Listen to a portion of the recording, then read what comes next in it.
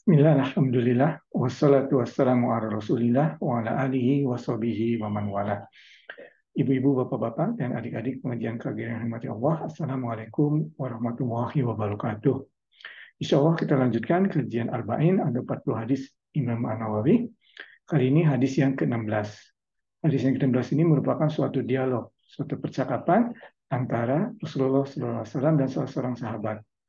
Salah seorang sahabat ini datang menghampiri Rasulullah SAW, kemudian dia berkata, radhiyallahu anhu, ya Rasulullah, berikan nasihat pada saya, atau berikan wasiat kepada saya. Ya Rasulullah, ausini, ya, berikan wasiat, nasihat kepada saya. Rasulullah SAW kemudian menjawab, la taghdab, jangan marah. Kemudian sahabat ini mungkin merasa akan mendapat wejangan atau wasiat yang panjang, tetapi hanya mendapat jangan marah pesannya Rasulullah SAW. Kemudian dia bertanya lagi, ya Rasulullah, ulangi lagi, ya Rasulullah, ausini, berikan kepada saya wasiat, atau wejangan, atau nasihat. Rasulullah SAW kembali menyebutkan, la taghdab. Demikian hadis yang ke-16. Nah, sebelum membahas mengenai la taghdab, jangan marah, karena marah ini merupakan suatu perangai atau sikap yang tidak baik, ya, sangat yang tercela. Sebelum itu kita lihat dulu hadis ini secara umum. Hadis ini tentunya harus dilihat secara konteks, ya. Jadi dalam mempelajari hadis kita harus melihat bahwa itu ada konteksnya. Konteksnya di sini mungkin walau alam Rasulullah SAW bertemu seseorang yang memang Rasulullah SAW tahu cepat marah, ya, cepat marah. Jadi banyak nasihat yang dapat diberikan, tetapi dalam hal ini konteksnya adalah jangan marah. Memang jangan marah merupakan suatu nasihat yang baik, nasihat yang sangat penting, tapi juga harus dilihat bahwa ini adalah konteks orang tersebut, mungkin walau orang yang cepat marah, dan Rasulullah SAW tahu, mengenal setiap orang. Untuk orang ini nasihatnya, untuk orang itu, ini nasihatnya, karena Rasulullah SAW mengenal setiap sahabat. Itu yang pertama. Yang kedua, kita lihat dari sisi orang yang meminta nasihat. Para sahabat ini orientasinya surga, orientasinya jannah. Beliau atau para sahabat ini ingin masuk surga dan selalu meminta nasihat untuk membawa mereka ke surga. Ya, jadi pertanyaannya itu praktikal, harus bisa dilakukan. Ya, tidak pertanyaan yang tidak relevan atau tidak ada hubungannya, tapi just berikan saya nasihat. Ya, jadi itulah sikap para sahabat, selalu berorientasi pada jannah atau surga. Oke, nah sekarang mengenai marah. Dalam hal ini konteksnya para ulama menyebutkan dua, ya. Pertama, kalau bisa jangan marah, ya. Hindari untuk marah. Yang kedua, kalau sudah marah, bagaimana cara untuk tidak melanjutkan eh, marah tersebut dengan hal-hal yang lebih tercela lagi. Karena dengan kemarahan orang bisa membunuh. Dengan marah orang bisa mengusir anaknya, mengusir saudaranya dari rumah. Dengan marah Pak suami istri bisa bercerai.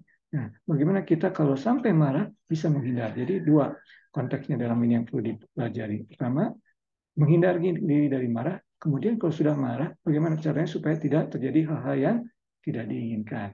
Oke. Nah, ibu-ibu, bapak-bapak, kita perlu mengetahui sifat marah ini. Sifat marah ini ada, yang pertama, itu datangnya dari dalam diri kita, ada panas, rasa panas. Ya, dan itu berasal dari setan. Ya, Rasulullah SAW menyebutkan marah itu berasal dari setan, atau tipu daya setan. Jadi, kita mendapat bisikan setan menjadi marah. Ya, mungkin orang yang di depan kita yang membuat kita marah, atau kejadian yang membuat kita marah, sebetulnya tidak perlu membuat kita marah. Ya, tapi bisikan setan begitu kuatnya sehingga kita marah.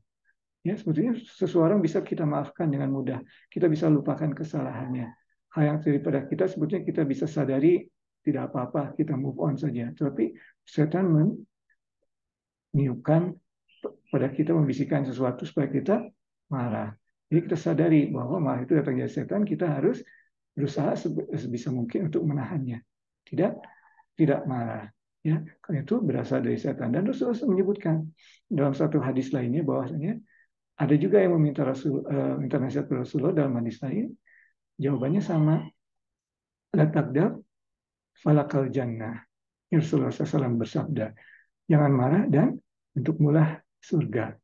Jadi ingat, kalau ada tanda-tanda kita mau marah, ingat Rasulullah SAW pesannya. Ini dari setan, jangan terbawa bisikan setan. Dan ingat faedah dari menahan marah, yaitu surga. Rasulullah SAW bersabda dalam sebuah hadis ya, yang diriwayatkan oleh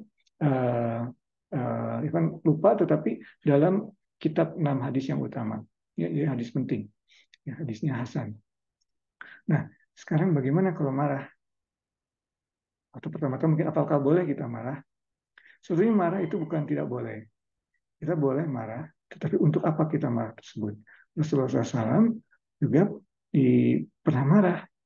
Bahkan Rasulullah SAW, para sahabat menyebutkan kalau marah kelihatan salah satu uratnya itu ya memerah atau menegang, tetapi tidak melanjutkannya, hanya kelihatan saja marah. Ya. Nah, tapi Rasulullah SAW marah kalau nama Allah atau perintah Allah tidak dilakukan. Itu boleh kita marah. Tapi kalau di lain itu kita tidak boleh marah. Jadi kalau kita tidak melaksanakan sholat atau tidak membayar zakat, kita harus marah pada diri kita. Kenapa kita tidak melaksanakan perintah Allah? Ya. Tapi kalau kita misalnya dihina oleh orang, ya sudahlah, move on ya. Mungkin sakit hati tapi tahan saja. Ya, kita move on saja. Itu jadi marah boleh, tetapi untuk apa marah tersebut? Jadi marah boleh kalau perintah Allah tidak diindahkan. Kemudian sekarang kalau kita terjerumus marah karena hal-hal yang bisikan setan tadi, bagaimana supaya kita tidak melakukan atau melanjutkan dengan hal yang tidak inginkan? Rasulullah SAW memberikan jalan juga ya dalam hadis lainnya. Ya disebutkan Rasulullah SAW, karena setan marah itu berdasarkan dari setan, maka disebutkan Rasulullah SAW dalam hadis lainnya, kalau kita merasa marah, pertama ucapkan auzubillah minasyaitonirrajim. Pertama ya astagfirullah ya. Kalau marah cepat kita sadar kita marah, ucapkan auzubillah minasyaitonirrajim. Itu perintah Rasulullah SAW. Kemudian hal lainnya bagaimana? Marah itu dari dalam, setan panas. Lakukan wudhu. Wudhu juga merupakan satu hal yang Rasulullah dalam sebuah hadis menyebutkan, kalau marah maka berwudhu. Ya, itu yang kedua yang kita bisa lakukan. Yang ketiga mungkin ini hadis yang paling sering kita kenal. Kalau kita marah sedang berdiri, duduk. Ya, mengubah posisi kita duduk. Kalau kita marah sedang duduk, coba berbaring.